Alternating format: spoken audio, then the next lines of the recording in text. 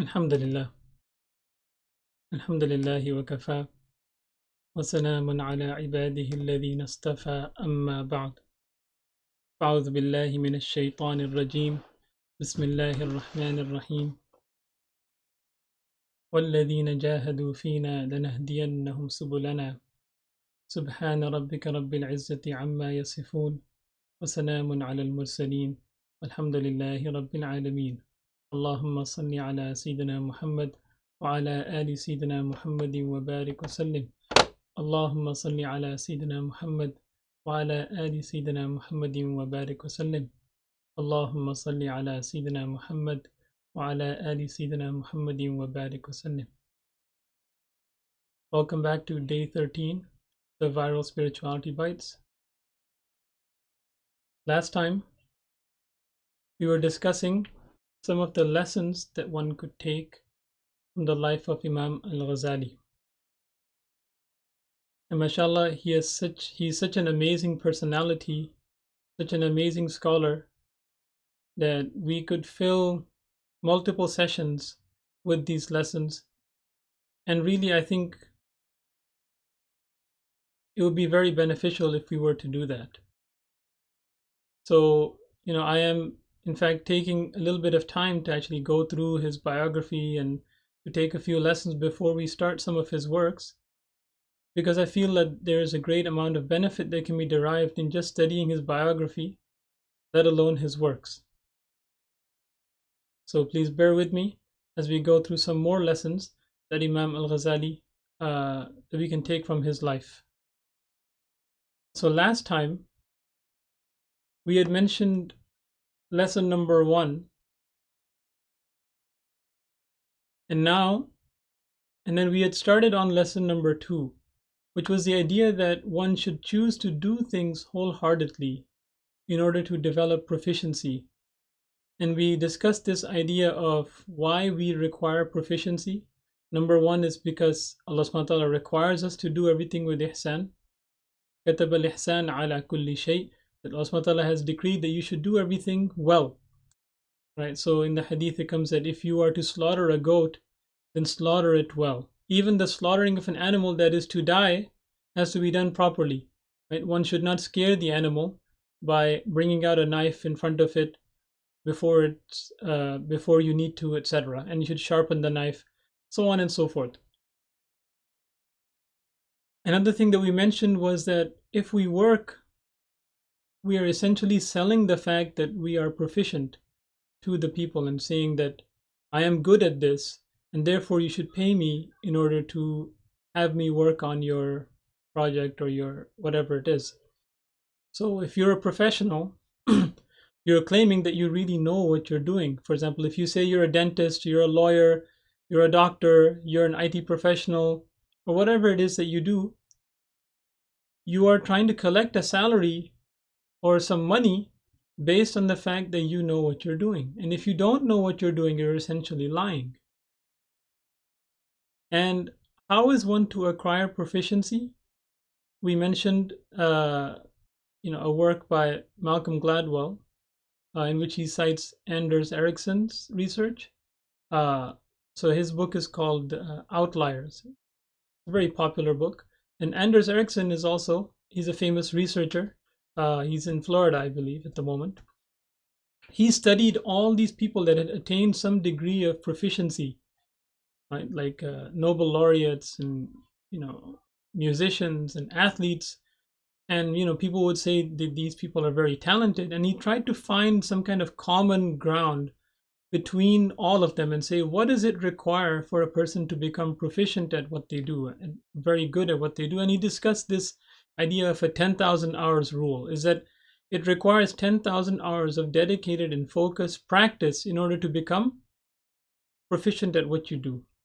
So if we think that we are going to become proficient at something, whether it be in the dunya or in the deen, without putting in the time and the effort, right, and the dedication and the sacrifice, we're fooling ourselves. And then we also mentioned that كَادَ الْفَقْرُ أَنْ يَكُونَ كُفْرًا comes in the hadith, that it's very possible or it's very close that poverty can become kufr. And the reason why is because once a person falls into poverty, right, his deen becomes exposed, right? He's not able to make the kind of choices that would benefit his deen anymore. For example, affording a good Islamic education for his kids, or so on and so forth. And it creates many problems. So essentially, your wealth or your proficiency, essentially your skill set, can be a protection for your deen, especially in this day and age. So it behooves us to become the best professionals that we can in whatever it is that we're already doing. And I also mentioned that since we are going to be different in the workplace, for example, we're not going to be socializing with our coworkers at bars and pubs and taking out our customers to dinners where they'll be drinking, and we will be taking prayer breaks. We'll be required to take time off for Jum'ah, so on and so forth. So we have these kind of extra things that make it more difficult on someone to employ us in a certain way, right? We have certain requirements that other employees do not have. So we ought to balance that by being extra good at what we do. Because if you're good at what you do, people will tolerate, the fact that you don't socialize with them and, when they go out drinking. And they'll say, oh, but he's the best person on the team. What would we do without him or her? However, if you're mediocre, then there's a high chance that they will not be willing to tolerate any potential social issues that may arise as a result of you being Muslim. So now I wanted to extend this to the fact that it's the same thing in Deen. There are many different paths to Allah subhanahu wa ta'ala, right? لَنَهْدِيَنَّهُمْ سُبُلَنَا. It comes in the ayah of the Quran in Surah Al-Ankabut. وَالَّذِينَ جَاهَدُوا فِينَا لَنَهْدِيَنَّهُمْ سُبُلَنَا. That whoever, as for those who strive in our way, they struggle, right? Jihad. Jahadu fina, in our path, in our way, for our sake. لَنَهْدِيَنَّهُمْ, we shall surely guide them to our subulana, our paths. Not sabil, sabilana, subulana. So what this means is that there are many ways of attaining proximity to Allah subhanahu wa ta'ala. For one person, it may be through excessive recitation of the Quran. For one person, it may be through memorizing the Quran. For one, it may be through doing tabligh, right? For one person, it may be, raising a pious family. Everyone has a certain path that they can choose out of all the different paths towards Allah subhanahu wa ta'ala. The thing is, it doesn't really matter which one you choose, but once you choose, you need to choose it. You need to dedicate yourself to it completely. Right? You need to say, okay, this is it. This is the path that I have chosen towards Allah subhanahu wa ta'ala. Now I need to be good at it and I need to dedicate myself to it. Right? Yes, everyone has to have a base amount of everything, but there's one thing that you will choose to excel in, and maybe perhaps Allah subhanahu wa ta'ala will open up your heart towards one particular thing. You say, I like this one particular thing, and I feel like I have a talent or I have something to contribute to this. Therefore, you will naturally incline towards that. And there is a need for that because, as you know, in today's age, there is a need for specialists, right? Every field has become so intricate and detailed that it requires a specialist to attain any sort of benefit from that field. And the nafs doesn't like this. The nafs doesn't like sticking to one thing. The nafs likes to jump around. Right? It likes to be a grasshopper. It likes to go a little bit here, likes to check out things over there. It just loves new things. It doesn't want to sit down and dedicate itself to one thing. And the saying is, kullu jadid ladid, that every new thing is tasty, has a new flavor to it, has something enjoyable in it, right? So for example, when you, let's say, log on to Wikipedia, what happens? You just want to keep clicking, click here, click, click, click, click, click, click, until you look at it, you've got 20 different tabs open and you forgot why you even got there, right? The nafs loves it. The nafs loves new things. And the fact of the matter is that the benefit actually lies oftentimes in sticking to one thing. sticking to one thing and acquiring proficiency in that. If one were to just jump around all the time, they would not learn that field. They would just become, knowing a little bit about a lot of different things, and that's not very beneficial actually. Now, shaitan actually also recognizes this. So the two enemies of our spirituality are, number one, our own nafs, right? The base desires within us, and shaitan, the external enemy. So that's the internal enemy, our nafs, and the external enemy is shaitan. He recognizes this, right? He recognizes that the benefit actually lies in sticking to one thing. He'll try to divert our efforts from that which is most beneficial. So let me give you an example of this. So Sheikh Zakaria, rahimahullah, known as Sheikh al-Hadith, the author of many, many different amazing books, the most famous probably of which is Fadailul A'mal, right? People call it Fazail Amal. Even though that's not his most academic and academically accomplished work, you can see other different works by him, like the Shara of Muwatta of Imam Malik, etc., to see why he's called Shaykh al-Hadith. Right? He's not called Shaykh al-Hadith necessarily because of Fadail al-A'mal. Regardless, it seems to have a lot of acceptance, and the book is read and can probably be found in almost every masjid in the world, mashallah. So when he was a student, his father was also a scholar. When he was a student, one day he prayed his Maghrib Salah and started praying some extra nawafil, called the awabin, after Maghrib. His father saw this and he took him up to the roof and gave him a beating. And he said, "Don't ever pray that prayer again." Right? And he said he understood why his father said that. The fact of the matter was that he was a student at that time. He was a student of knowledge.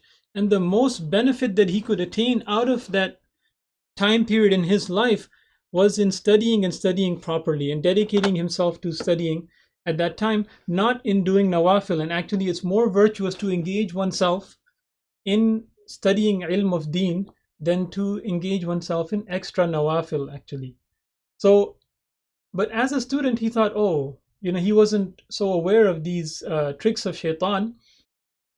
He started praying the awabin prayer, and he was actually kind of wasting his time. He was doing something that was suboptimal. And his father, he noticed that, and he said it straight right there and then. He said, "You're never praying this prayer again." And what he meant was, while you're a student. While you're a student, you are not to engage in these extra good things, because it's shaitan that wants you to do this, actually, at that moment. Shaitan makes it seem like, وَزُيِّنَ لَهُمُ الشَّيْطَانُ وَأَعْمَالَهُم. Shaitan makes it look beautiful to you. You start thinking, oh, subhanAllah, as a student, I also ought to engage in extra worship. But actually, your extra worship and the most benefit that lies at that stage in your life is in your studies itself. So everything else is a distraction. And the most beneficial deeds, and this principle is something that I learned from my teacher, and I wish that I could take it to heart, and all students of knowledge and all students of spirituality and people wishing to get close to Allah subhanahu wa ta'ala would take this to heart, this advice of the Prophet sallallahu alaihi wasallam. An Aisha radhiyallahu ta'ala anha anna Rasulullah sallallahu alaihi wasallam قال سددوا وقاربوا واعلموا أن لن يدخل أحدكم عمله الجنة وأن أحب الأعمال أدومها إلى الله وإن قل. Aisha anha mentions that the Prophet of Allah sallallahu alaihi wasallam said, "Do good deeds properly, sincerely and moderately, and know that your deeds will not make you enter Jannah." What will make us enter Jannah, inshallah? It's the mercy of Allah subhanahu wa ta'ala. No one can stand up on the Day of Judgment and say that they deserve Jannah. Right? Their deeds make them deserve Jannah. No one can say that. Even so much so that when the Prophet ﷺ mentioned this in perhaps another narration, the Sahaba asked, "Ya Rasulullah ﷺ, even you?" He said, "Even me." So we should not be deluded to think that our broken and insincere and paltry deeds are going to get us into Jannah. Actually, it's the mercy of Allah subhanahu wa ta'ala that's going to get us into Jannah, inshallah. Now, there's so many things to comment on in this narration, actually, but I'm going to just skip to the part that is relevant to our current topic. وأن أحب الأعمال إلى الله أدومها. Right? أحب الأعمال أدومها إلى الله وإن قل. The most beloved deeds to Allah subhanahu wa ta'ala are those that are done regularly and consistently, even though they are small and little. In other words, it's better to read just a little bit of Quran every single day than to read 5 juz one day and then nothing for the rest of the month. Even though that reading a little bit of Quran every single day may not add up to 5 juz even, right, over a month. It's better to be consistent in doing something small than to be doing something big, but do it only once in a while. Right? Sometimes it happens, and this happens to everyone, we get excited about something, right? So we'll go to a talk or something and we'll hear the scholar, let's say, mention something about how great it is to pray the tahajjud salah. So the next night we'll get excited and we'll stay up the whole night and we'll pray tahajjud, right? And then we'll be so tired and we'll get so worn out by that experience that we won't be able to pray and wake up for the next week, right? We'll get so excited, we'll do something excessively, and then we won't be able to keep up that deed. And this is the desired thing in Deen, is actually to do things consistently. Small things add up, right? Small things add up over time. Even though it may not seem like it at the moment, but small things really do add up.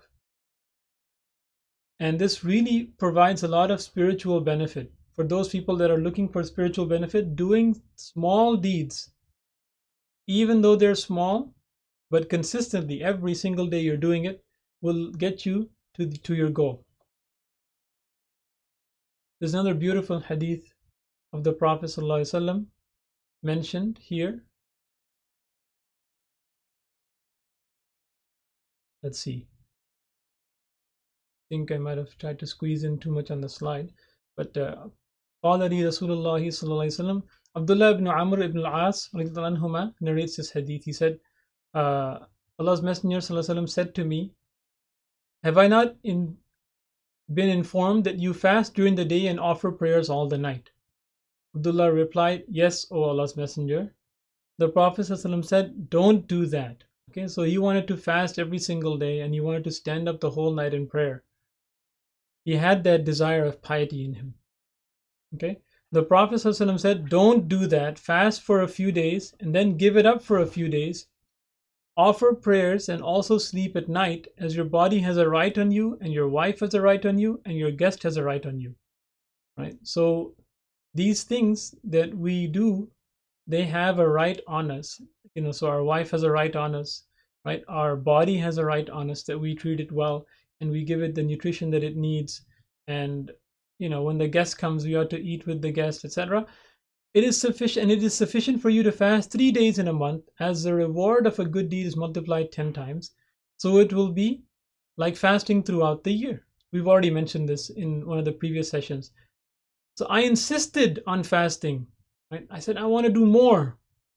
I want to do more. I can do more. So I was given a hard instruction. So in the other narrations, it keeps mentioning that he kept asking the Prophet that I can do more, I can do more. So the Prophet kept telling him that, okay, you can do more, you can do more, until it came to the fast of Dawood alayhi salam. He said, the best fast that you could possibly do is the fast of Dawood alayhi salam, which is that he fasted every other day. Okay, don't do more than that. Okay, and in other narrations, it mentions that the person that fasts every single day, it's as if he didn't fast. Right? It just becomes like you're having your breakfast at suhoor time and your evening meal at iftar time. Right? There's no difficulty in that even. The difficulty comes in not letting your body settle into a routine and keeping your nafs in check that way. Right? Where you're eating one day, you're not eating the next day, you're eating one day, you're not eating the next day. If you just make it your habit that you eat 2 meals a day and you eat them at suhoor and iftar, that's not difficult anymore, right? So it appears that I kind of wasn't able to squeeze in all the English on the slide. So let me just read the last part of it in Arabic. فكان عبد الله يقول بعدما كبر يا ليتني قبلت رخصة النبي صلى الله عليه وسلم.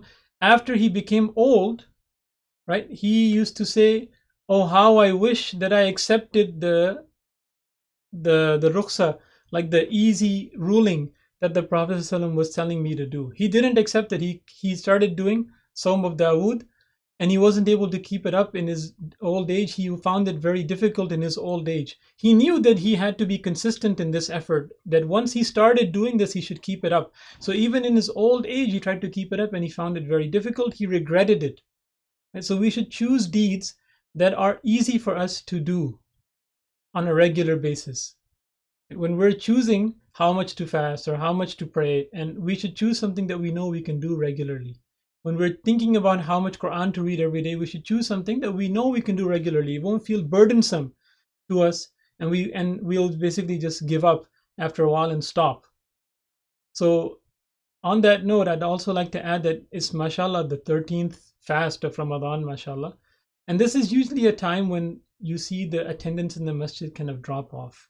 Right? People have that same idea that when Ramadan comes in, they're all excited and they're like, we're going to pray and we're going to go to the masjid.